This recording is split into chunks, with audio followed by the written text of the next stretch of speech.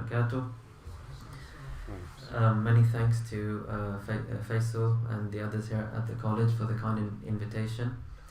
It's my first time here to this premises. It's very beautiful. May Allah subhanahu wa ta'ala keep you all ever successful and ever protected here.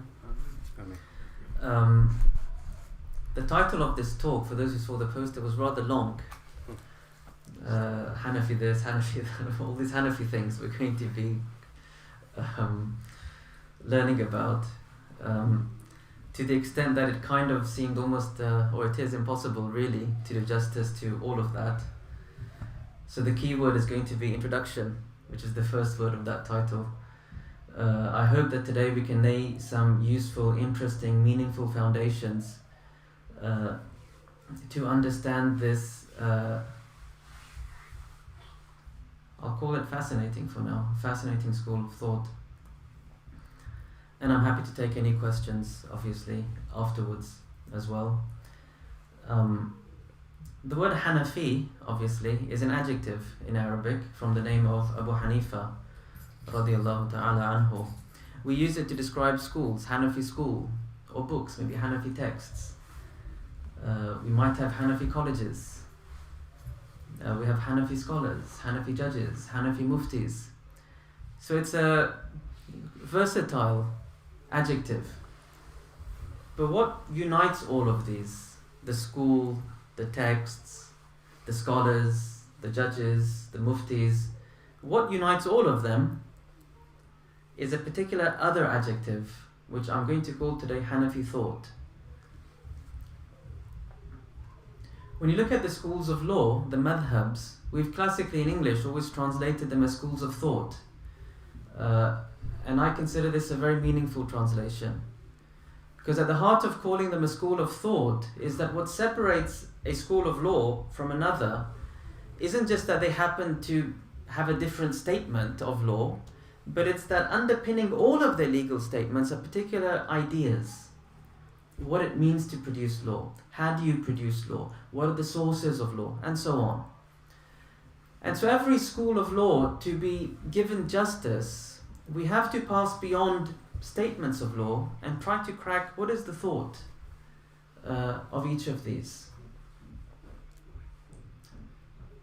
Each of these schools of thought, if we were to separate them, we'd say, oh yeah, they disagree on this question and this principle and that principle and this rule of Arabic and that rule of, the list can go rather long.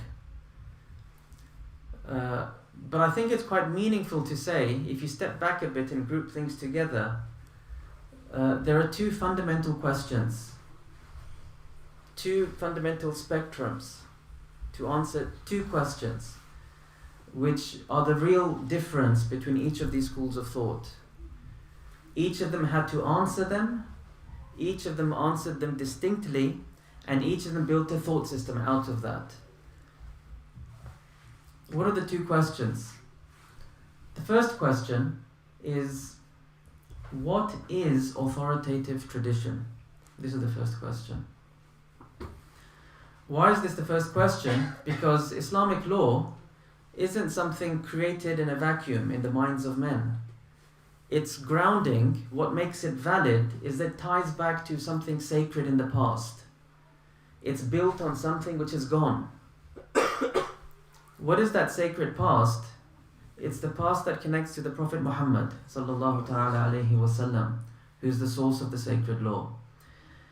There are many ways you can connect to the Prophet Muhammad sallallahu alayhi wasallam.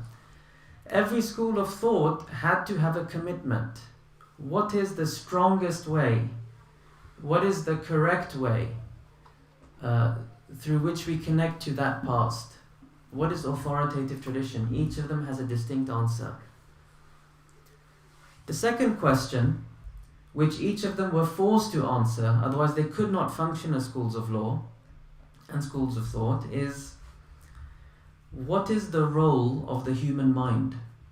That's your second question. There cannot be a school of law without the human mind. That's why in the early period, the jurists used to not make much of the hadith narrators. They'd narrate hadiths, but they were too scared to do anything from themselves. So the jurist would say, well, you guys can't help anyone because you don't have anything of your own to give. Because you have to combine the statements of hadith and actually produce a system if you're going to be producing law. So every school of thought had to have an answer. What is the role of the mind? Where does it start and where does it stop, and what do you do with it? So the Hanafi school then has a very clear answer to each of these two questions. And to understand that answer and to know how to discern it from their texts is what it means to be literate in Hanafi thought. To understand it, to live it, to learn it, to train it, to imbue it, and to bring it somewhere, wherever you might be living and acting. And I believe if we are not conscious of their answer to these two questions, we will read book upon book upon book, but the thought is going to evade us. And Allah subhanahu wa ta'ala knows best. What are in brief, the two answers they give to these two questions? I'm going to give a very simple answer to each of these. The first one, what is authoritative tradition? Abu Hanifa is an inheritor of the very early circles of knowledge. He was born 80 years after the Hijrah. He died 150 years after the Hijrah.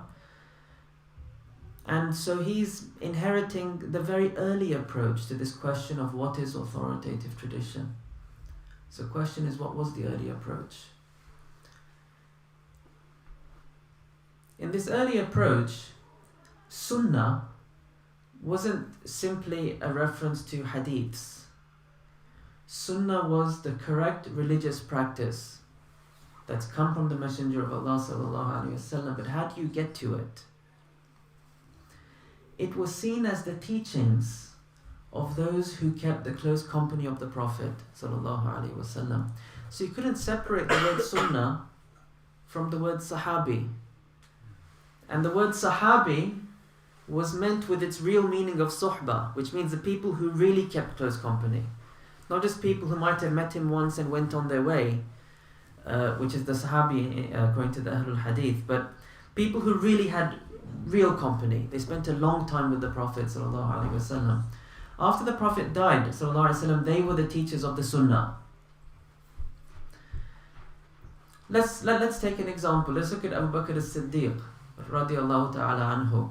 You will all agree with me that he had an incredibly long and profound suhbah. He kept a long company with the Prophet ﷺ. How many hadith does he narrate in the form of I heard the Prophet say ﷺ and a quotation? Very, very few. Very, very few. But is that all he left us? No, he left us many things. His answers to questions. His decisions to undertake particular battles for particular reasons, his arguments, people who kept his company. All of that religious knowledge, where did it come from? It came from the Prophet ﷺ. So in the early community, then Sunnah is part of these people. You can't separate it very easily. That's really important. These people were sent off to the lands, especially in the time of Umar radiyallahu anhu. And each of the main centers of Islam, and the main ones grew to be 5, the main intellectual centers of Islam, because they became to be main political centers of Islam, which was Kufa and Basra in Iraq, loosely what they call Syria, which includes your Damascus and your Beirut, and then your Mecca and Medina in the Hijaz. These are the 5 political centers and knowledge centers in this early period. Kufa being central to us because that's Abu Hanifa's town. Each of these had main teachers from the Sahaba, from the people who kept company. You'd be surprised, Kufa you think of as far off in Iraq. How can that compare to Medina where the Prophet ﷺ lived? But what's fascinating is that Kufa was an Arab settlement. It had no life before Islam. It wasn't like an Iraqi town Muslims came to. It was not a town. It was a garrison. It's where the Muslim armies made their town. It was a camp from which they did their campaigns, and it developed into a town. So it was the only residents then were the Arabs who came from Arabia. And they say that really fascinating numbers. About 70 of those who fought in Badr lived in Kufa. About 1,500 companions of the Prophet ﷺ with the larger meaning of companion, settled in Kufa. Sayyidina Ali radiallahu anhu made Kufa his capital.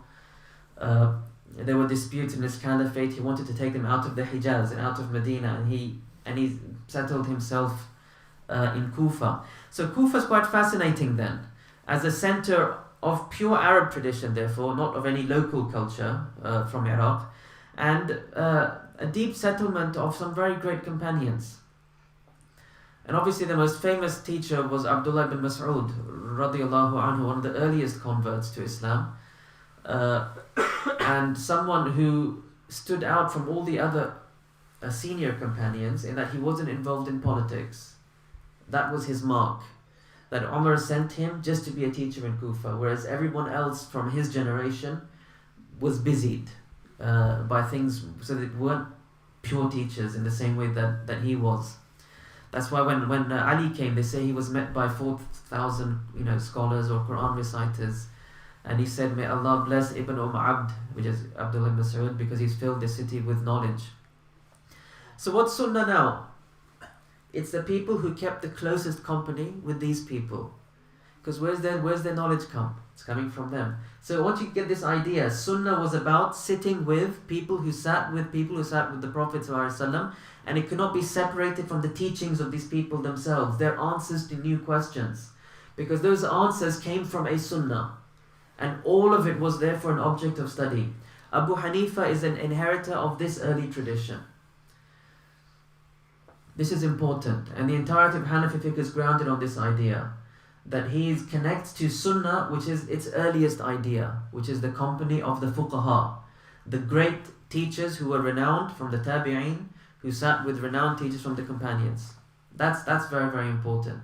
That's authoritative Sunnah. Something which is not known in these circles of the well-known teachers can't be a strong Sunnah. That's it. Somebody might say, I heard the Prophet say, ﷺ, such and such, with a chain. But if it wasn't known by the well-known teachers in the well-known towns who kept the well-known company, it can't be a very strong Sunnah. That's it. So as you can see then, the statements of the learned is how you know the Sunnah, not the chains of transmitters, according to the early tradition. And Abu Hanifa is a representative of that. That's their answer to that first question. I'm going to come back to this firstly. Their answer to the second question, what's the role of the mind? Again, they have a very clear answer. And in many ways, it's also representative of this early tradition. And it's very strange because there's a spectrum on how scholars have answered this question. On the one hand is what you can call maybe conservative is maybe not the best word, but a suspicious answer, which is that you have to restrict the activity of the mind, because otherwise the mind, when it gets involved, it will lead you into its own pathways. And the point is to let the revelation speak, not your mind. And so such schools of thought have theories of qiyas, analogy, textual interpretation, and so on. Like I said, many principles, all to reflect one idea: is how do you restrict the mind as much as you can into a set of rules so it works in a very controlled way, so it doesn't take over the process. That's not the answer which you can associate with Abu Hanifa's school. The answer associated with his school is quite the opposite, which is you have to open up your mind as much as you can, and you have to let it absorb the statements that have come from the Sunnah, and you have to do your best to understand the sense of everything, because that's the only way, or the most reliable way, that you can be true to it. Because if you don't do that, you're just dealing with words and simple equations. That's a very dry process. How do you know you're going to get the will of God through that? So if you want to know the will of God, you have to open up the mind as much as you can and really try your best to understand the why of everything, the sense of everything, as much as you can. And make a law that's faithful to that, because that's more likely to be closer to the truth. On the simple premise that the law of God is sensible, it makes sense to our minds. Our minds were created to live that law. That law was revealed to be lived by our minds. And so there's a form of harmony, but we have to learn. And so it's a very, what you can call a rational system. And that's what it's always been known for, right from the beginning. That's a summary then. Every school has an answer to these two questions. These are the fundamental ideas of thought in every school, and these are the simple answers I've given for Hanafi thought. What I want to present today is to prove further why these two are the basis of Hanafi thought, and to show you how the teaching texts which we study in our circles are fascinating stores of this thought system. If we approach it carefully and we understand its premises, they teach us something incredible. And so I hope that if someone here is a student of law, of Hanafi law or any other Islamic legal system, to understand that these are very profound systems and their texts are very meaning laden, but you have to know what you're looking for. And for people here who it's not their aspiration to undertake further study in this tradition or any other, then I hope just to enhance one thing perhaps, and that's love and respect. And I think that's meaningful for all of us. There's a statement attributed to Abu Darda radiyallahu anhu where he is reported to have said, "Kun aliman, aw muta'alliman, aw muhibban, aw muttabi'an, wa la takun al-khamis fatahlak."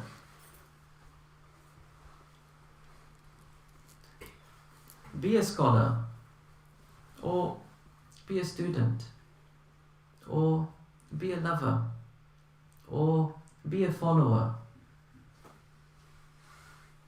But don't do anything else, otherwise you're going to be doomed. This fits very nicely into our early picture now of early circles, because the Sunnah is only taken from the circles of scholars, and salvation from destruction is only in the Sunnah. So all you can do to succeed in life is you either be one of them as an expert, be one of them as a student, or at least love them, because if you love them, then you'll follow them and you'll still be saved. So it's nice to leave adjectives behind. I'm a Hanafi, what does that mean really? But to enter into a world where there's genuine respect, fascination, or gratitude to the many men who've passed on something which is quite remarkable, as I hope we'll get at least a small taste of, and ultimately gratitude to Allah subhanahu wa ta'ala, who's allowed us in this time and this place and this land, and we feel so far away, to connect to something which is so ancient and so pristine, as we hope to get a taste of. Allahu A'lam. Good. What I want to present to you then are just some insights from two texts which I've been studying. One text is a text attributed to Abu Hanifa's student, Abu Yusuf, who died in the year 182 after Hijrah. The book is entitled Ikhtilaf Abi Hanifa wa Ibn Abi Layla. The differences between Abu Hanifa and Ibn Abi Layla. It's a very, very early text. You can't really call a Hanafi school in this period, except people who studied with Abu Hanifa. Abu Hanifa was Abu Yusuf's teacher. Ibn Abi Layla was Abu Yusuf's teacher before he started studying with Abu Hanifa. They're both great teachers of Kufa, so they're both from a local tradition. And what he does is, in this book, he gathers about 263 mas'alas, cases of law, in which they held different opinions. Two great teachers of Kufa, two contemporaries. And he adds sometimes a report or hadith they might quote to support their position. He sometimes adds a rational argument they might quote to show their position. And usually he'll present his preferred position. Usually with Abu Hanifa, but not always. So just a few markers from this text to drive home these two core ideas of Hanafi thought. And the second text is the one that Faisal mentioned, which is the Hidāyah of al-Marghīnānī, who died about 593 after Hijrah. And it's probably the most successful commentary of Hanafi law, which has been taught everywhere and commented on countless times. It's been taught here, so you get an idea of how successful it is. And I want to show how both of these two texts, which are separated by about 400 years, they're connected in a very beautiful and fascinating way. Good. So very briefly then, the first text. Abu Yusuf's Ikhtilaf Abi Hanif or Ibn Abi Layla. You can find it online, those who are interested. It was edited by a man called Abul Wafa al-Afghani, who was in Hyderabad in the early part of the 20th century, I believe, and he was trying very hard to publish early Hanafi texts, and this was one of them. And so you can find the PDF online of his publication. Well, what we can learn from this text, first of all, the text contains reports, authority figures who are quoted to prove why my position is good as opposed to the other. The reports are about 150 almost. Only 23 are from the Prophet sallallahu alaihi wasallam. Meaning 130 odd are from other figures. Who? Sahaba and Tabi'een. Why? To prove my original point. Sunnah is about those who have gone before. And these people were in a generation in which they considered everyone before them a bearer of something sacred. So that's already an important point. Tying back to a wider teaching tradition, which you can't connect with simply from a hadith book. A hadith book has statements, correct, but there's more than that.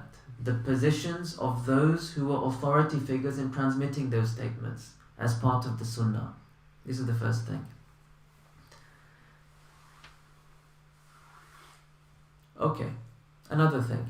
These 263 cases of law, I used other early sources as well to see which of those could I find a precedent for, i.e. early figures who've held these positions.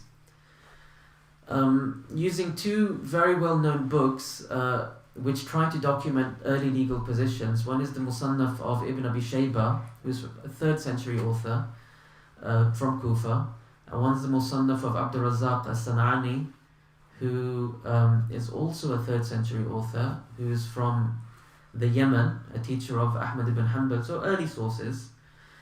And I tried to just whatever masalas I found in Abu Yusuf's book, where do I find them in these books and who's holding these positions. So I found at least 100 without too much effort, and many more would have been early positions as well. What does that tell us straight away?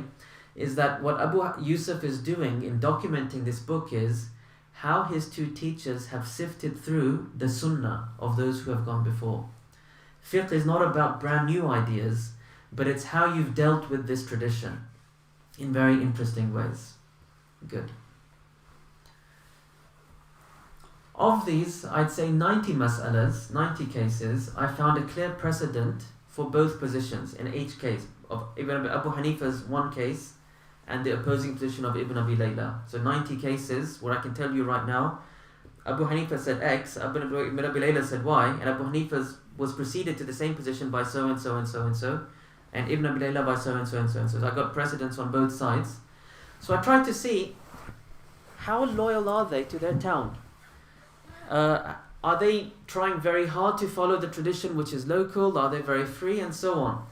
And the general pattern was quite interesting, which is that yes, they're deeply influenced by local tradition, because that's obviously where they've been studying, and that's the sunnah which they've spent the most time working with. So out of 90 cases, Abu Hanifa only left, i.e. adopted a position not previously adopted in Kufa, according to these limited sources, only 7 times. So that means out of 90 cases, then 83 times he would say something that somebody before him had said in Kufa already. Ibn Abi Layla had left Kufa about 19 times. And within Kufa, they would often adopt the positions of varying teachers. So what's the summary of this? What am I trying to convey? Is that the positions of Abu Hanifa that you study in your famous text, which you're studying today, you have to approach them as expressions of sunnah. That's a fundamental idea. You cannot bypass them somehow to arrive at the early teaching circles. This is a sifting through of the early teaching circles. It's a sunnah, it's sacred. Within these early circles, what did it mean to be a faqih in these early circles? What used to happen was as follows. They would spend a very long time with their teachers. Abu Hanifa spent about 18 years with his teacher Hamad. And that's very typical numbers, 18, 19, 20. This was the idea. Spend a long time in the circle of a particular teacher who you felt was somebody very well aware of these early traditions and positions of the jurists, and somebody with great insight into questions of law. And in that time you spent with them, you were meant to acquire that ability to reason and acquire this knowledge of all these early positions. But you weren't meant to follow that teacher. That was not an expectation that you simply narrate what the teacher held. And that's why in these positions, they would vary quite a great deal. Abu Hanifa sometimes with this early teacher, sometimes with the other. So the idea was you choose. But after you've learned this early repository of Sunnah, which is the positions of the great jurists who've come before, and you've developed an ability to reason through your company with a great jurist. Good. This book also contains arguments, rational arguments. Abu Hanifa criticizing the position of Ibn Abi Layla.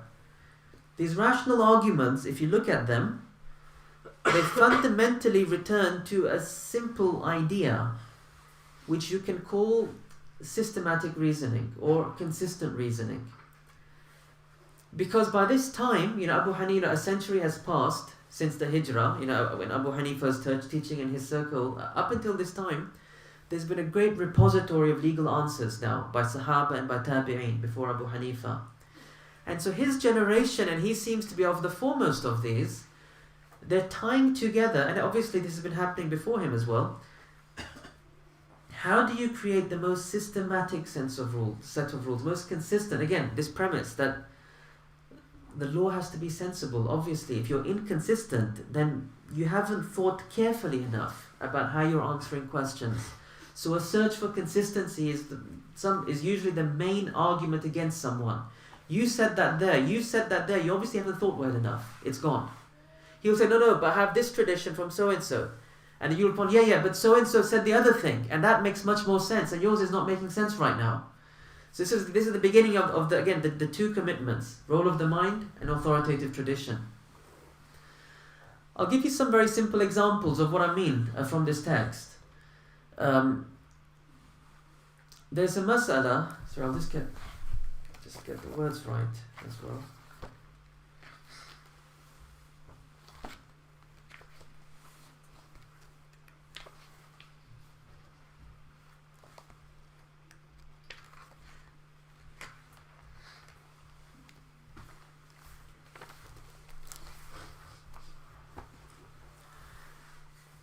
So there's a mas'ala in fiqh, which is if you sell a house to somebody, the neighbor has the right to take you to court and say, no, I'm going to buy it instead, because I'm the neighbor and I have the greatest right to buy the property that's next door to me. We call that shufa. The Hanafis affirm this right. Other scholars didn't give it to the neighbor.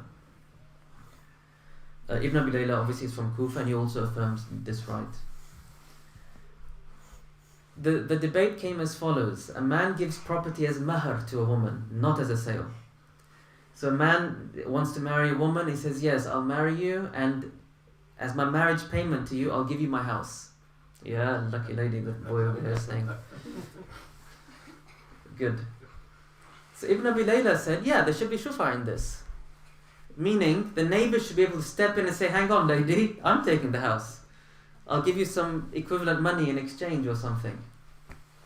You can see these questions. They had to think through related questions to think, what's the most consistent way to think about this topic? Otherwise, you haven't produced legal thought. You've just produced scattered sentences.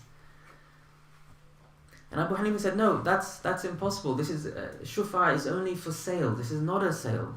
Have you considered, what if he divorces her before consummating? Because in Islam, in the Quran, if you divorce a woman before consummating the marriage, she keeps how much? Not nothing. Give the house half the mahar. She keeps half the mahar. So what's going to happen now? So he gave her the mahar, the neighbor took it over, he divorced her. Now the neighbor's going to pay you for half, he's going to move out. Have you thought about that yet? This is the question. Again, consistent reasoning. You're inconsistent, therefore you haven't thought it out, therefore your statement can't be correct. Or there's another case of divorce, which was there was a phrase. A man says to his wife, La hajata li fiki, I have no need for you. And he intends divorce. Does it count as divorce? So Ibn Abi Layla says, yeah, of course. And Abu Hanifa says, come on. He's arguing for consistency here, not in legal thought. But he's arguing for consistency, you can say, in conventional usage. He goes, no, hang on. Let's look at other phrases people might say. So he says, how can this be divorce when it's equivalent to, I don't desire you, I don't want you, I'm not infatuated with you, I don't love you. None of these are used by people to mean divorce. So how can I don't need you be something that could be used for divorce?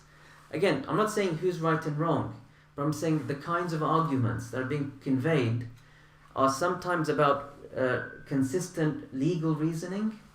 Sometimes they're about human conventions, and to make sure you've thought them through carefully and not just on some abstract plane, distant from the way that people use legal statements, because obviously the law speaks to people. Sometimes they're practical ideas, and he's criticizing him for not being practically cautious. An example is that of a slave girl. She gets... that's right, someone is claiming she's my runaway slave girl, and some people come with a letter to the judge. Ibn Abi Layla says, yeah, the judge should send her off with them to the owner. And Abu Hanifa says, no. He goes, this doesn't seem like it's safe conduct. Have you considered, what if she's beautiful? What if the men are not trustworthy? This is not the way you should undertake this. This is a procedural question with practicalities in it. So, what you see then, an early text from Abu Hanifa's student, and this is illustrative of that tradition, that entire textual corpus that came out after Abu Hanifa, it's conveying this. It's conveying legal statements, it's conveying an understanding of how they're grounded in an early idea of sunnah that makes them sacred, and it's combined with a whole host of rational insights. Some are what you call legal, consistent reasoning. Some are what you'd call an interest in people's norms, in their usage of words and dealings, and some what you might call pragmatic, practical consideration. But each of these are underpinning these legal statements. Therefore, each of these are an avenue to arriving at Hanafi thought. The arguments are Hanafi thought. The legal statements convey the arguments. The legal statements are the doors to Hanafi thought, not just the thought itself. Good.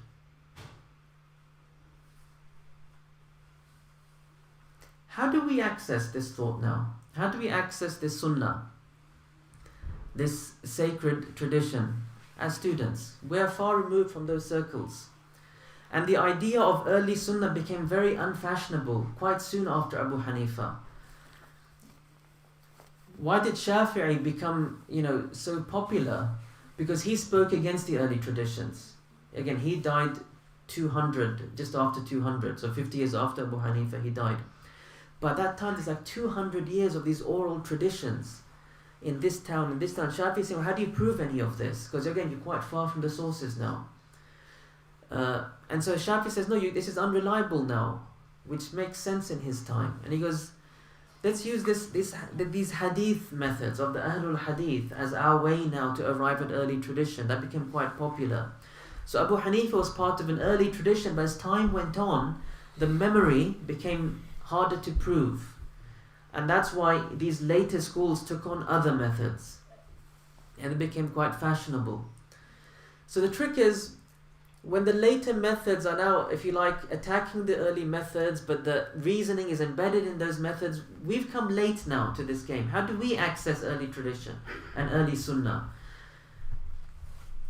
And we access it fundamentally and primarily through what are the mukhtasars of law, the mutun, the fundamental texts which convey the key legal cases transmitted from Abu Hanifa's circle.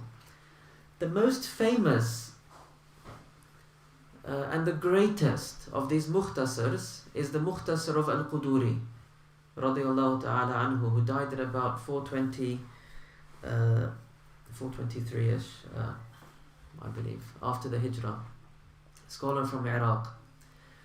His Mukhtasar became the model or the map of all the Mukhtasars of the Hanafi school. And you could argue it's the first real classical Mukhtasar of the Hanafi school. Previous ones weren't complete in the way that his was. His Mukhtasar is then chapters of law, very concise chapters of law, starting from purity and ending with wherever they end, perhaps in inheritance. And they go through all the questions of law. And where are these cases coming from? So Quduri doesn't derive these cases just from one or two books, famous books written by Muhammad. Rather, it's a synthesis of a huge corpus of early Hanafi writings. All sorts, famous books by Muhammad, which is Abu Hanifa's other well-known student, Muhammad ibn al-Hasan, who died 189 after the Hijrah. There's also less famous books of Muhammad. There's also various transmissions from Abu Yusuf. There's also books by Abu Hanifa's other student, Al-Hasan ibn Ziyad. All of these were sources. All of these are sources for the cases in Quduri's book. And so what does Quduri's Mukhtasar signify then? It's the first step of that early tradition, which was what? Bringing together a vast set of transmissions from this one teaching circle in Kufa, which is Abu Hanifa's circle, meaning his positions, the positions of his students, and sifting through them to arrive at what seemed to be the best core cases, to be the basis of study. So it's similar to what Abu Hanifa's circle was doing, is it not? Again, Abu Hanifa's generation, how do you learn fiqh?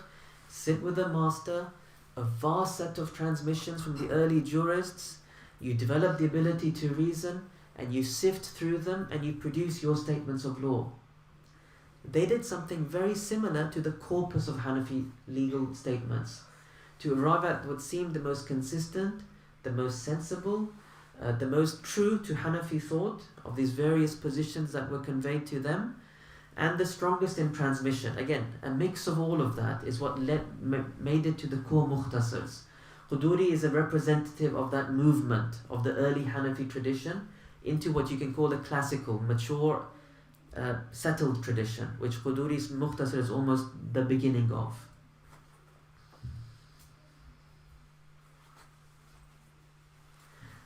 That's all I'll say about Quduri's book right now. But why am I saying this? The reason why I bought this was just to point at it. As I told Faisal, I'm not going to read from it to you. I just wanted to point at it. This is a commentary. That's Quduri's text. It's normally the first text that's taught in most madrasas in the world. And it's the earliest one. Isn't that fascinating? I don't know how many schools of law do something like that. That right at the beginning you learn something that came right at the beginning. It's not common. But it reflects this Hanafi interest in early Sunnah. The sacred is from the past. The sacred is a lived tradition which is gone. So this has to be approached as Sunnah. That's the most important thing for a student to understand. You approach these sentences and you sit before them like the Ahlul Hadith, or like we also, but would sit before Hadith books. Because not every Hadith is practiced according to all of the jurists. Some Hadiths they interpret away because it doesn't seem in line with other Hadith that they feel are more worthy of practice. So just like in a Hadith book, you might not practice every single Hadith, but every single Hadith is sacred. It's a sacred memory of the utterances of the Messenger of Allah sallallahu alaihi wasallam. These masail that you study as a student right at the beginning of your Hanafi studies, they're sacred. They are like Bukhari to you. This is really important actually. This cannot be ignored. Because each of them will either be verbatim, i.e. exactly a legal case from a companion or a tabi'i that came before Abu Hanifa, which makes it sunnah. Or it will be a new statement produced in Abu Hanifa's circle based on understandings, based on the study of those early cases. So it is an early statement from the Sahaba and the Tabi'een, or it's a statement produced to be in line with statements produced by the Sahaba and the Tabi'een. And what's fascinating in the core Hanafi Mukhtasars is that everybody after Abu Hanifa's circle is silent. Very few, we can call them negligible cases that you will study in your studies came after Abu Hanifa. That's fascinating as well. I don't know how many schools will have this feature, but it reflects this insight into sacred sunnah. Abu Hanifa is a representative, an inheritor of something sacred, and we take law from those who are early. That's the circle we're taking the fiqh from. And so your basic study is not about what came later. What came later is important, but that comes elsewhere. The basic study is what went before. That's fascinating, and that's why this is a sacred engagement. What's the engagement for? This is very important now, because if all your study is law produced in the 2nd century in Kufa, half of which were statements maybe from the 1st century or very early 2nd century, what's it got to do with you here? So the goal of study can't be memorizing. The goal of study is something. That something is called fiqh. So what's fiqh? Fiqh, we translate it, and it's very, very important also to understand that. Fiqh means deep understanding. That's important. What does fiqh mean in the Hanafi tradition? Oh, because every thought system has an idea of what they're trying to achieve. The Hanafis consider themselves fuqaha par excellence, and what I mean by that is in their book, sometimes they'll say the fuqaha say, and they just mean themselves. And the others are a group, but fuqaha is like a label for them. Fiqh is their thing. And it's interesting, even Shafi is reported to have said, الناس في الفقه عيال على أبي حنيفة, أو كما قال, that when it comes to fiqh, this art, this craft, yeah, they're all dependent on him. Meaning he's the one that was really key in this systematic thought that brought together the chapters of law. A fascinating and a very important, I think, and very helpful definition of fiqh from a Hanafi point of view is found in the usul work of Abu Yusr al-Bazdawi, who's a 5th century Central Asian Hanafi scholar. He died close to 480, 490. He says, الفقه هو العلم بما علق به الأحكام الشرعية المودع في كتاب الله تعالى وسنة رسوله صلى الله عليه وسلم وإجماع الأمة. And he spends about 2 pages to explain exactly what he's trying to say. Or maybe 3. He says, fiqh is a knowledge of that from which legal statements found in the Quran and Sunnah or Ijma are suspended by. Okay, we have to think about what this means. Suspended by is very odd, so I translate it as underpins instead. It's the opposite metaphor, but I think it makes sense in English. Fiqh is a knowledge not of the legal statement. It's very explicit. If you memorize Quduri, you're not a faqih. You will never be a faqih. You won't be close to being a faqih by memorizing law. He's explicit on that. More than that, and he's quite clear as well. Memorizing the Quran and Sunnah statements from which these legal statements come will not make you a faqih. That's not fiqh for us. It's a given that you should know these things, but you're not one of us yet. Fiqh is to look at those legal statements themselves and to understand what it is that's underpinning them, what it is that's upholding them, if you like, why it is that they work. And he gives these, so fiqh is that knowledge of an idea. And he says this idea, you could call it ma'na, the real meaning of that legal statement. He says you could call it illah, the thing that brings the legal statement about. You could call it sabab or cause. You could call it hikmah. You could call it fiqh as well. You could call it hujjah. You could call it qiyas. You could call it nadhr. Contemplation, reflection. That's fiqh. So what does it mean to be a student of Hanafi thought? Is you sit before the statements which are bearers of 2 things, a sunnah and an idea, a meaning, a rational meaning, an understanding of why things work the way that they do. The legal cases are the bearers of Hanafi thought, and you have to go through them systematically, case by case by case by case by case, and in every one you have to reflect on, why is it the way that it is? What is the insight being conveyed? That has been the hallmark of Hanafi commentaries right since the beginning. Muhammad ibn Hassan al-Shaybani radiallahu anhu, he wrote a book called al-Jami' al-Saghir, a very, very small book. Nothing but a few set of legal masalas, that's it. It probably is Islam's first ever legal mukhtasar, a small digest of legal rules, nothing else. No arguments, no hadiths, just legal rules organized by books. You know, Kitab of Salat, Kitab of Hajj and so on. And the cases in them are very few and they're very ghareeb, like odd cases. So when he talks about wudu and tahara, in fact all of tahara I think, are only 3 mas'alas of what breaks wudu, and they're funny ones. Like a worm coming out of a wound, maybe vomiting blood, and a third one, I don't recall. So they're not normal masalas, how do you do wudu and the basics. They're all odd masalas. No explanation, no hadiths, no sunnah, no nothing. And this book was kind of like an earthquake in its time, because it was the beginning of legal writing as a genre, law. And not just that. Why were these cases presented in the first place? Because they represented what? Questions. Every case of law, what do we call it in a fiqh book? What do we call it? This is a mas'ala. Good, I used to think it was masala when I first read it. I didn't know what they were talking about. Mas'ala is the word used. Mas'ala, the fara'id of wudu are 4. Mas'ala, wudu breaks by wind passing. Mas'ala, every case, mas'ala. Mas'ala in Arabic means question. It does not mean answer. What was Abu Hanifa doing in his circle that was really ahead of his time, which is clear from the legal cases? It was the questions he was asking. What's quite fascinating in his circle, they weren't simply asking or answering basic questions. What's wudu, what's not wudu, what's this and what's not that. But what if a worm comes out of the rear? And it might sound funny, but the question is trying to bring out a few ideas. Is it the alien body? Is it natural substances that should break wudu? Or is it the exit? Is it a little bit? And so on, through all the questions of law.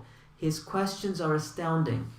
That somebody, just after 100 years after the Prophet ﷺ, is asking these kinds of questions, chapter by chapter, chapter by chapter, chapter by chapter, into the intricacies of wakalas and gifts and buying and selling and riba and travel and trade.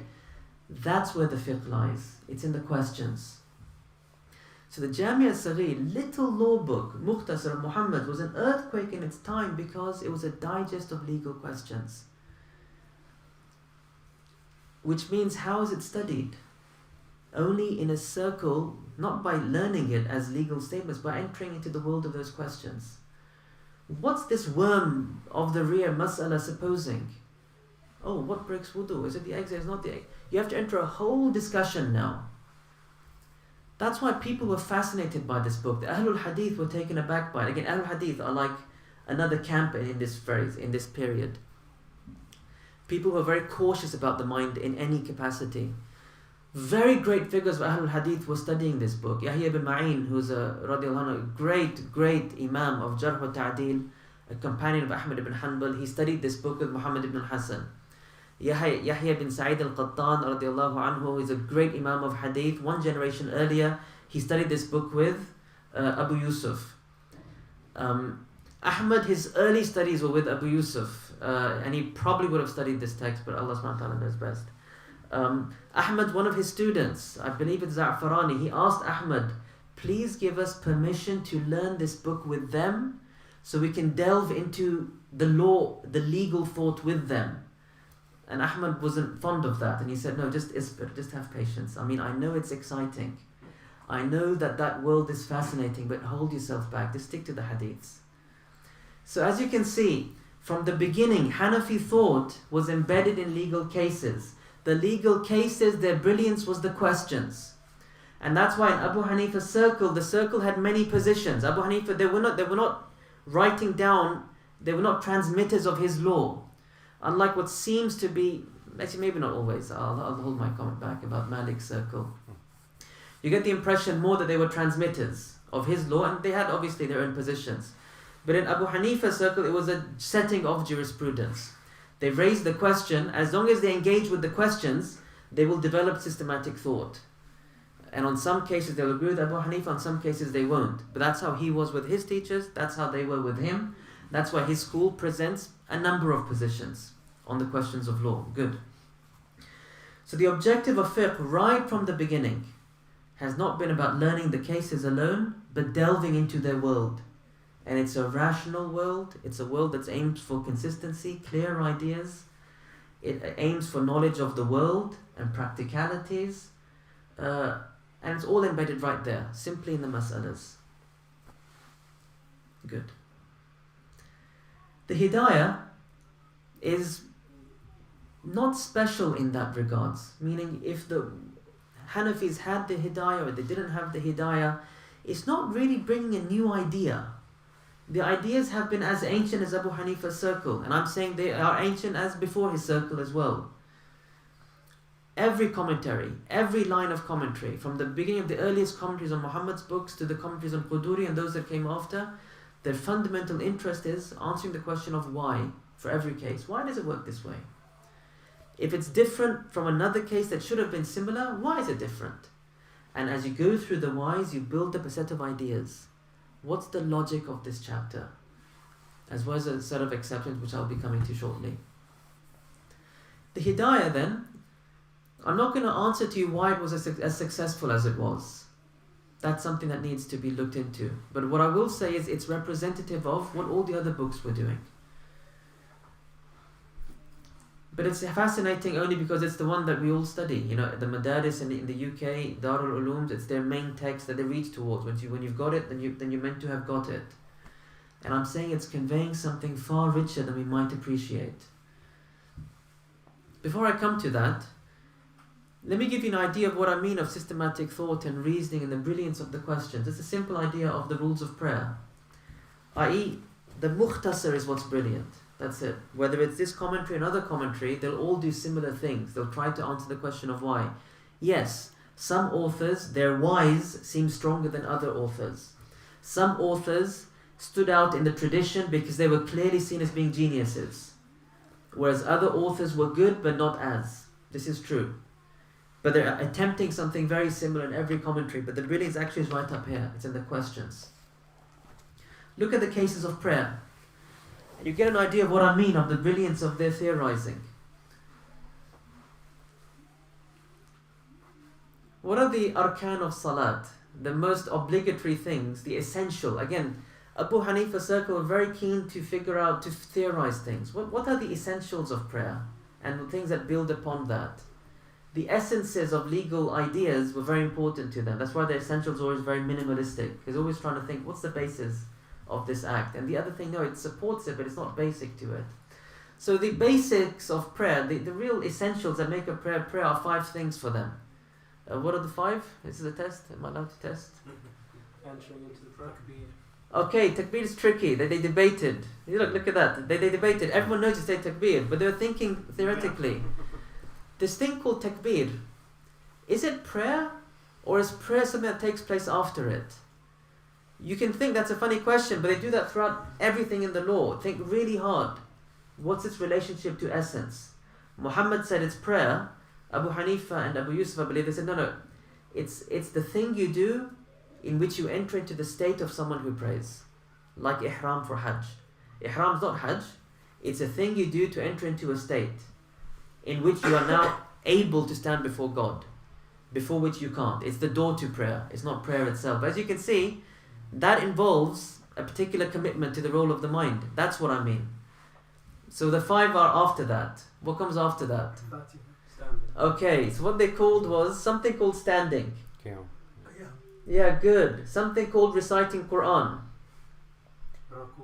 Something called bowing, ruku'. Something called prostrating, sajda. Something called a final sitting, before which you can exit the prayer. They only made them 5. They have a fascinating topic, because again, it's the questions. They had to think really hard, what is this thing called prayer? A theory.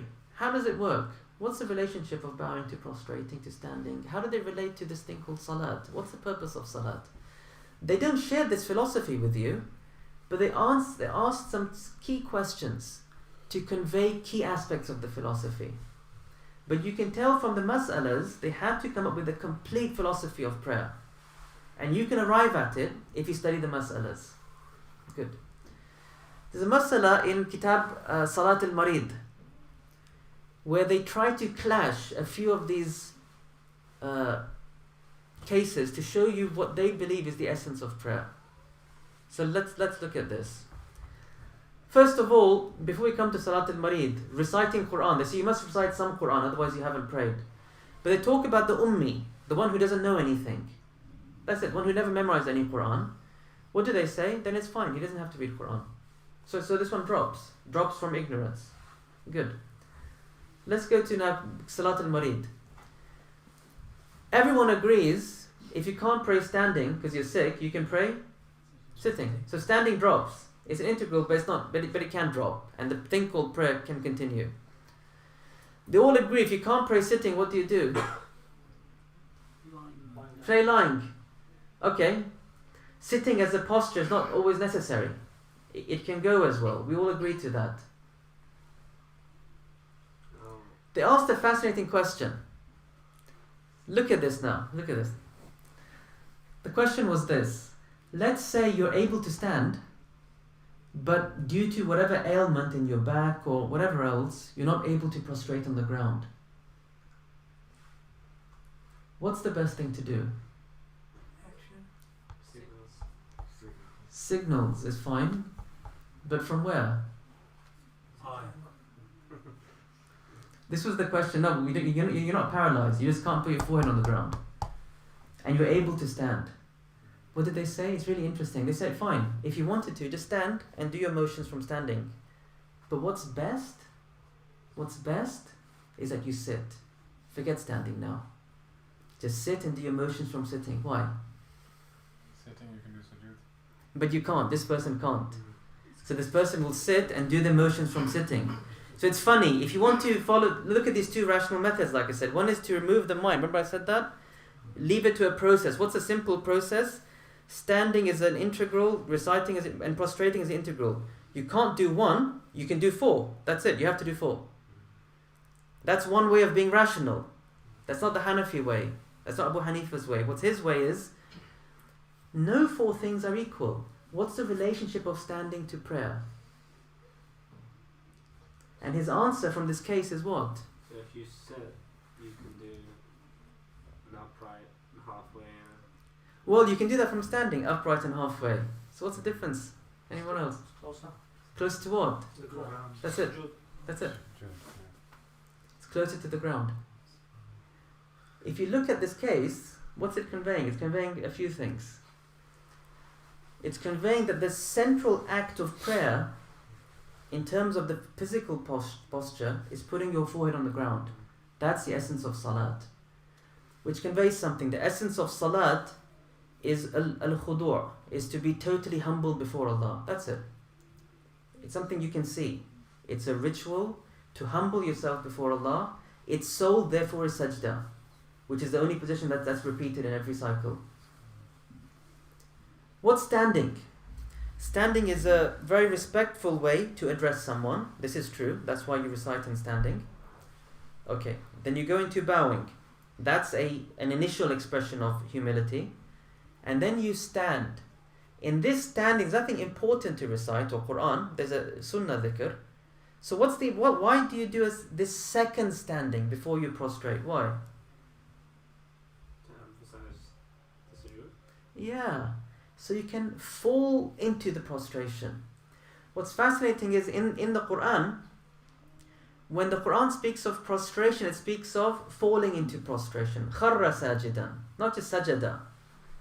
Because if I'm already sitting down and I just roll over a bit, it's rather convenient for me. I haven't done full belittling of myself, but rather I'm standing and I fall before someone in prostration. So in terms of the postures alone, standing is a means to fall into prostration. Prostration is the heart of the prayer. And if you're not able to prostrate, standing is fine, but surely it's more humble to be just on the ground. And that's the heart of the prayer. Can you see how this is a particular commitment to the role of the mind? It's being conveyed by a simple question. If you dwell on the question for a few minutes, you enter a world of a theory of prayer and theory of the mind. Every masala does that. As it does that, your mind is entering into another world of another set of minds. That's legal training.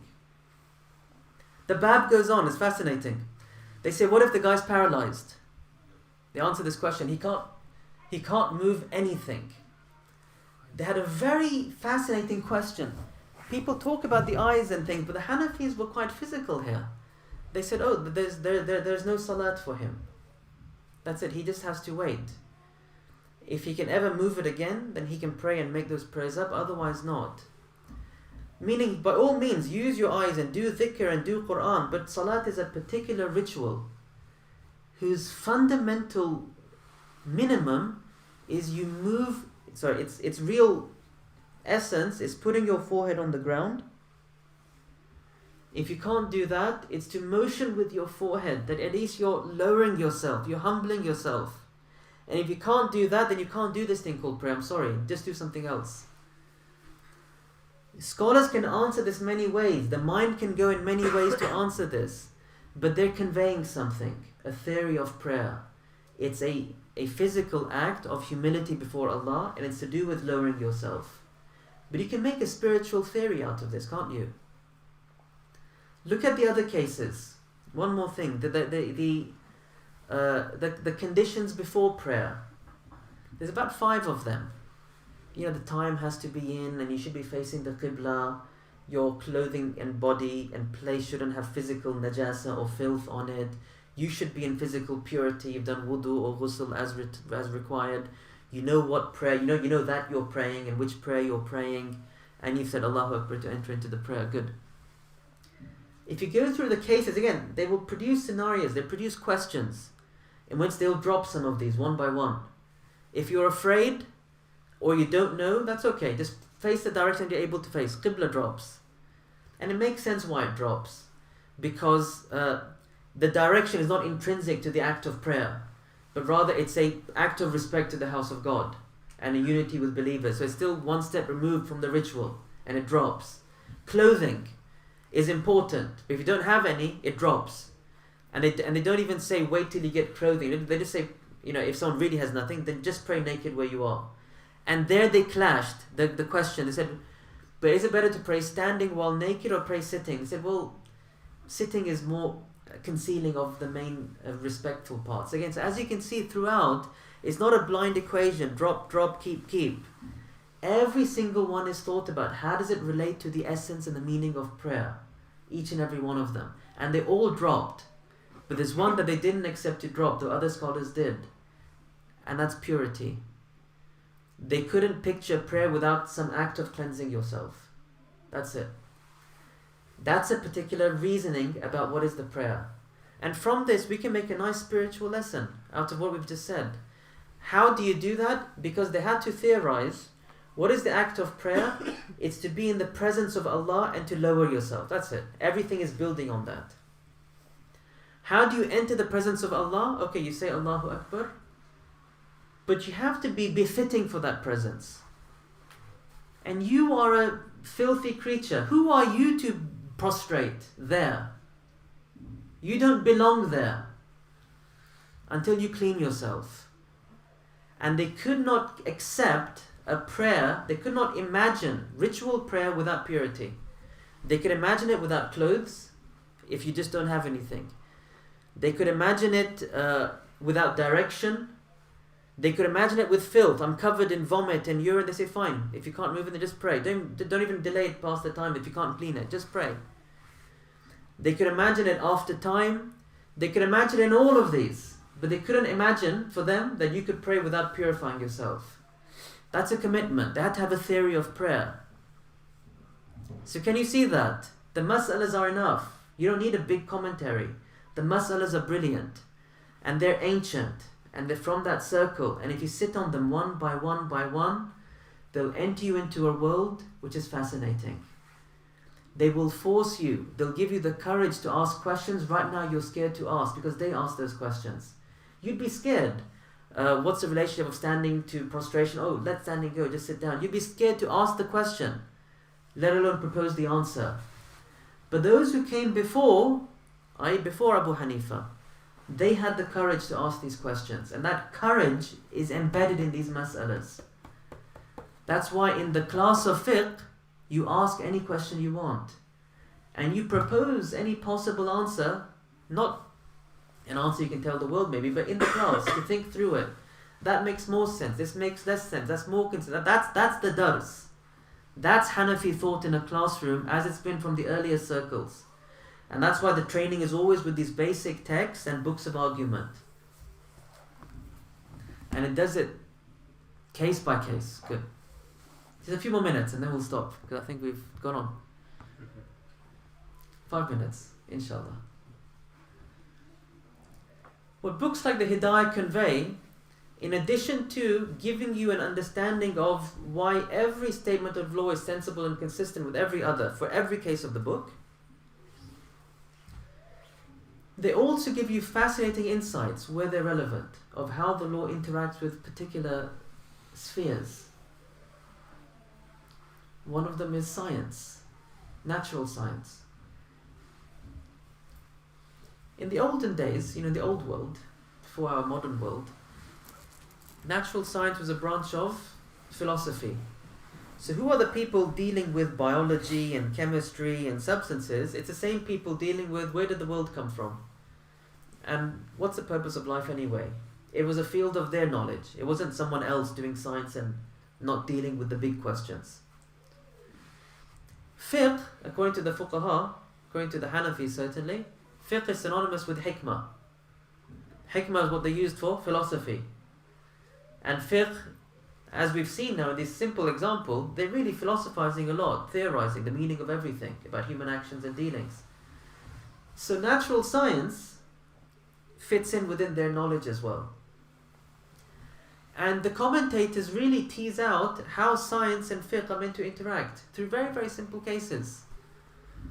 I'll give you only a few examples, but they're quite consistent here. They're not just throwing in the science just to make it look strong. They're really showing you how all the meanings are meant to work. There's one case of does entering water into the male private part, if you were able to enter water into there, should it break the fast? Abu Hanifa says no, Abu Yusuf says yes, and Muhammad is somewhere in the middle, they say, either with one or the other. When he explains this in the Hidāyah, he explains this only as a question of biology. It's got nothing, and he stays explicit. هذا ليس من الفقه. He says that. It's not from fiqh, by the way. It's not reasoning here. It's that Abu Yusuf assumed that the water that comes out from urine, it's coming out from your insides. There's a passageway through. And Abu Hanifa is assuming, his understanding is there's some kind of barrier through which water can permeate out, but things don't go in. And he's explicit, هذا ليس من الفقه. And what does he mean by that? That by all means, if you have an answer, follow that answer. It's not they're just conveying how the law relates to that question. And they do that a lot. The nature of vomit, the nature of phlegm, the nature of leather, the nature of swords, nature of mirrors, the properties of the feces of animals and the natures of urines, natures of things, which is part of science. They use that a lot to say, this position is stronger than that one. And sometimes they ignore science in places where clearly they could have gone, but they don't want the law to revolve around that. A woman's menstrual period, they use science there, but not when they talk about 3 to 10 is the average. Because they don't want a woman to have to consult some doctor every month to figure out the science of something. They say, forget the science here. They don't bring science into it. They say, no, this is tradition and you practice it. Because that's more practical. Whereas other questions, they bring science into it. Shafi'i says a pregnant woman can menstruate. And they say, no, she can't because the womb is closed in pregnancy. Science, it is not fiqh. They're saying, he might have some rational proof, but the science is against that, full stop. So we're right. They bring science in a lot, but not always. And they balance it with the law in fascinating ways. That's enough for you to run with a lot if you're concentrating in their books. They bring social practice into it a lot. What's normal for people? And they keep theorizing it. A very funny masala, what must a husband provide his wife from her maintenance? Is it one slave or two to serve in the house? I can't remember which way the khilaf goes in Abu Hanifa's circle. Some say one and some say two. And he answers to defend the people who say one. They say, well, I think it's Abu Yusuf says two, I think. And they say, yeah, because she needs two because, again, they always give a why. Why is it sensible? Two is sensible because she needs one to help out in the house and one to help out outside the house. And the answer again says, no, there's no need for two because one can do inside and outside work. So one is enough. It's comical. But what they're conveying therefore is, don't get stuck with one and two. What you have to figure out is, how are needs going to be met? If you can't make that jump, they're not doing fiqh with these books. And that's all the commentary will be interested in. Case after case, norms of people are being conveyed. The book will also convey fascinating cases of how this ancient law of Abu Hanifa might need to be changed because of its own logic. Many cases like that. For example, there's this masala of, gold and silver. These are considered money, and exchanging them unequally is considered a usurious transaction, riba, haram. So if I can't exchange one gold coin for two gold coins, that's riba, haram. What's the definition of a gold coin? Again, a rational idea. It should at least be 50% gold. 50% is treated as all. Less than 50% is not treated as gold as all. They consistently apply this throughout the law. So in zakat as well, jewelry that's less than 12 karat gold, there's no zakat. We don't really call it gold. The Hidāyah explains the logic, the sensibleness of all that, but then he says, but our teachers, when it comes to our coins, and they had this currency they used, they called them adlis and ghatrifis, particular coins of gold and silver that were quite impure, but they were used as the main currency. And he said, our scholars don't give fatwa based on this position because it's the only currency that we use. And if you open this door for unequal exchange, you open the door for riba then. So what did he do? He didn't change the law of Abu Hanifa. He kept it in the book. He defended it, explained it, the sense of it, because that's the legal training of fiqh and sunnah. But then he's teaching you how it works. He goes, no, but hang on, this doesn't work anymore. Because they wouldn't have allowed it, because riba is this other principle. He does it throughout the book, obviously less frequently, but he does it enough that it's frequent enough that he's teaching you a lot. Many examples of that. Good. I'm going to stop here. It's a very, very big topic. But all I've hoped to have conveyed is that Hanafi thought is a fascinating transmission that takes you in this time and place into a very early circle. A very early, you belong there now. You're thinking there now. You're transmitting from there now. This entryway is what it means to be a student of this discipline. When you're a student of this discipline, then you can start thinking about questions of law. Before that, you can't. Because you're not even a member of this thought school. How are you going to talk about what should and shouldn't be done? I've not talked about law today. I've not talked about the madhab as an institution that's going to produce the strongest position, the position that should be followed. That's another dynamic. But to be part of that conversation, you have to be a scholar of fiqh. And these are books of fiqh. And to understand their premises is what it means to enter into them. So I ask Allah subhanahu wa ta'ala to reward on our behalf all of those who've come before, who've left behind this incredible wellspring, that we in this very odd and distant time and place can enter into this altogether different universe. We can dwell it. It can dwell within us.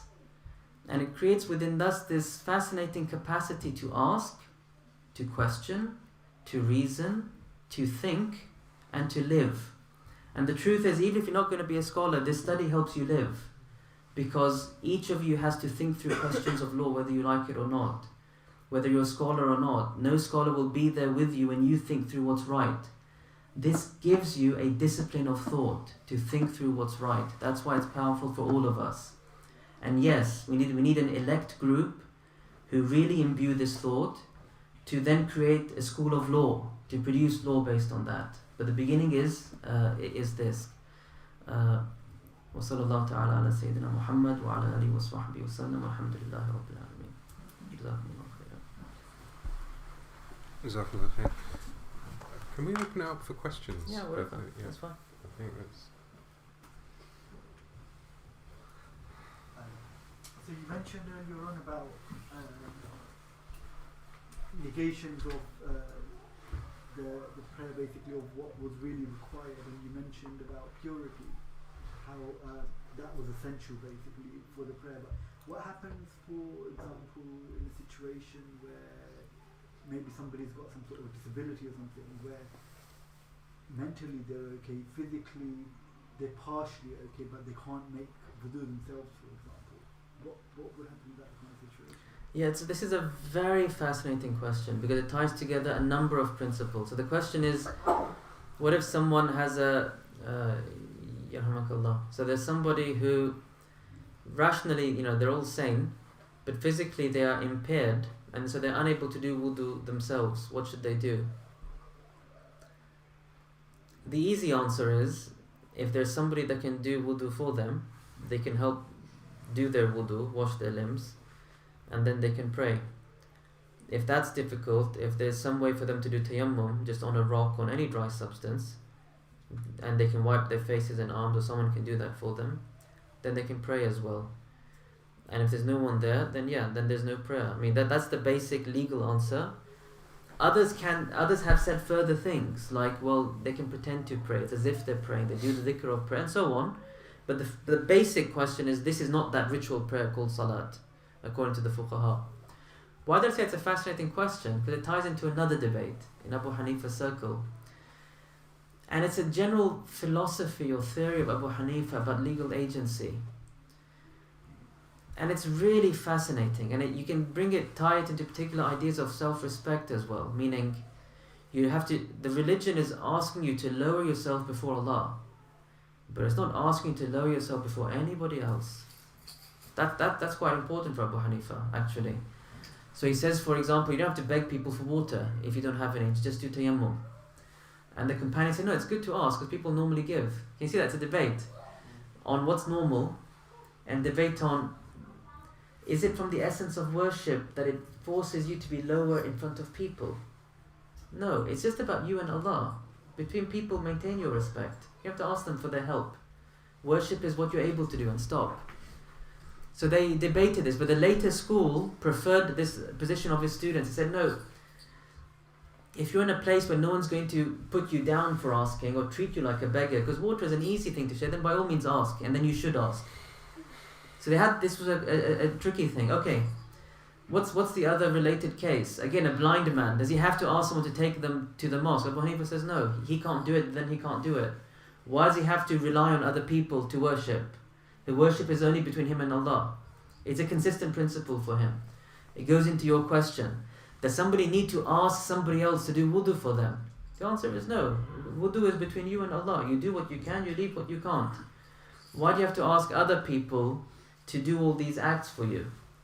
The companions, though, his students, were of the opinion, well, if it's somebody who it's easy for them, like a spouse, I don't know if there's a servant, we don't do things like that anymore, but someone that's very close, they wouldn't find it difficult to wash your limbs and wash your feet, and you wouldn't find it difficult to ask, then they said, then really you should, and the later school preferred this idea.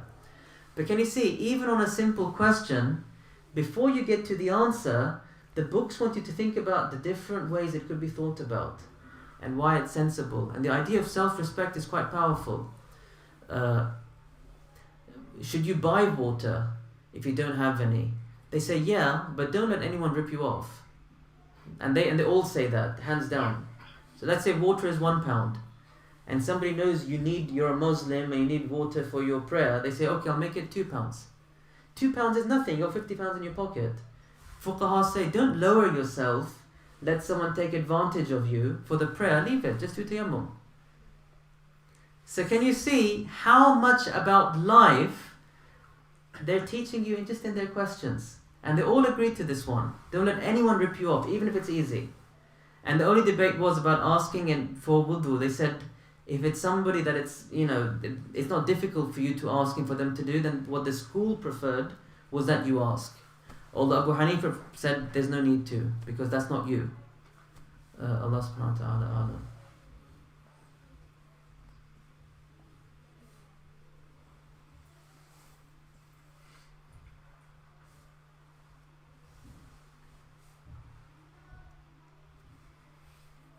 If there's a pregnant pause, I'll ask one if that's okay. I said pregnant woman question. I'm sure. Because in the fiqh, the questions go everywhere. So the questions are the fun thing. And they go everywhere. Kind of explained the mas'ala as sort of almost usuli principles. Mm-hmm. Would you say that's fair? And then, okay, so Yeah. the question is Yeah, this yeah. then. It's possible. So we went through Hisham Kamali's book and Mm-hmm. sort of covered, urf and balwa and how fiqh changes over time, and the various usuli principles. So how do we? So how did that come? So that, in terms of frame of reference, where does that fit in, and how do we contextualize that? Yeah, so this is very fascinating as well. In this genre called usul al-fiqh, or legal principles, legal theory, historically, classically, they've generally considered there to be two methods of authorship in this genre: the method of the jurists and the method of the theologians. طريقة الفقهاء وطريقة المتكلمين. طريقة الفقهاء is the Hanafi way, and طريقة المتكلمين is everybody else's way. That's the simple summary, although later on people try to merge and do interesting things. But as a basic idea, Hanafis never theorized law away from the cases of law, ever. Because every individual case is an entry into a system of thought. It's bearing its own set of ideas and principles. So whether you call them qawaid fiqhiyya, whether you call them maqasid shari'a, whatever you want to label the various forms of rational principles, you're going to find them within the cases. And that's how they've theorized it. So even the genre of usul al-fiqh for the Hanafis is very closely tied to the legal cases. The wider genre of usul al-fiqh, associated most with Shafi'i, but became the most general type of writing, which is most of the books that we study now, short works in usul al-fiqh. They're a nice grading of abstract principles, how to approach texts, how to approach sunnah, a process of qiyas, and they're distant from the cases.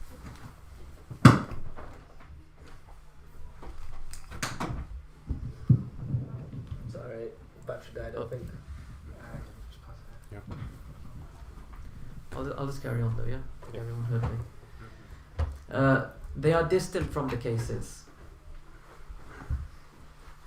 And because of that, at least in a Hanafi thought system, you can't do much with them until you've approached them with the cases. And that's how Hanafi usul has always been understood. That's why Hanafis, interestingly, although they've been counted amongst the first to author books in qawaid fiqhiyya, abstract principles of thinking about the law, when this genre really took off in a mature way in about the 8th, 9th, 10th centuries of Islam, they were the latest to author in them. They weren't the first. And the reason was because for them, fiqh has only ever been about such forms of principles, rational ideas about agency, about worship, about whatever the topics are. They're just embedded in the commentaries, and that's where they've always learnt them and taught them and imbued them. So that's all I've said. I've taken a roundabout answer. So all I'll say is yes, you can abstract from the commentaries, from the Hanafi usul works, which are kind of commentaries in another organization. You could abstract from them just a set of abstract principles, and some books have done that. And these are good as entryways for particular understandings of Hanafi thought, and maybe a more detailed way than we presented today. But to actually be able to use them, manipulate them, imbue them, work with them, reason with them, it's always been understood you do it with the cases. and not removed from them. Allah subhanahu wa ta'ala a'lam. Otherwise, in this wider tradition, what I can call the non-Hanafi usul tradition, it's very distinct. It's two fields. One's called usul al-fiqh. It's a theoretical field. You learn about Qur'anic interpretation, you learn about hadith. It's separate from a question of law. And the question of law, you learn it through law books. And then in between, if you want to propose something new, sure, you use those principles to defend your argument, but there is a barrier of sorts, enough that people endlessly are questioning what's the relationship. Does usul lead to fiqh? Is usul separate from fiqh? Because there is a barrier. It's not clear how the two fields are relating, although both are important and useful for study. In the general Hanafi world, they're all together, because each of them are exploring similar cases with different investigations. But to go to your first statement, yes, in one sense, all of these are usul. My teacher, Dr. Salah Abul Hajj, he says there's three types of usul in fiqh. One he calls usul istinbat, principles to extract law. Those are principles that you'd associate with usul al-fiqh books. How to deal with Quranic language, how to deal with hadith transmission, and so on. The other one, which are the fundamental usul in commentary works and in the story I've been giving today, are called usul, what he calls usul al-bina, the usul of construction. And what it means by that is the ideas around which topics of fiqh have been constructed. Again, what's the meaning of prayer? What's the essence of marriage? What's the meaning of divorce? Shufa'a is for a sale, it's not for a marriage. These ideas of law in fiqh books, they call them the asl. They say asl Abu Hanifa is this. It's not about anything to do with Quran and Sunnah extraction, just a rational idea through which he understands this topic. They call that the asl. That's the fundamental training, I said, of fiqh. These are also usul, and they're called usul in this tradition, but not usul in that idea. Usul bina, usul of constructing a legal mind or a legal case. And the last one he calls, last category, usul al-tatbiq, principles for application, which are also embedded within the commentaries. I'm not aware of any real Hanafi tradition of separating them from commentaries, although that's what we're all dying to do in our time and age. But they're all embedded. And what are they? Changing of law for urf, which they do frequently. Changing of law for common practice, which is similar to the ta'amul. Changing of law, less so I've seen the Hidāyah as a need for change, for taysir, for making easy. Changing of law for darura, for necessity, and so on. These are principles, again, an abstract set of principles embedded in the commentary for another purpose. They're purely for the purpose of application. And you find them all embedded in these. But they are all worthy of being called usul, but each at its own level. Allahu A'lam.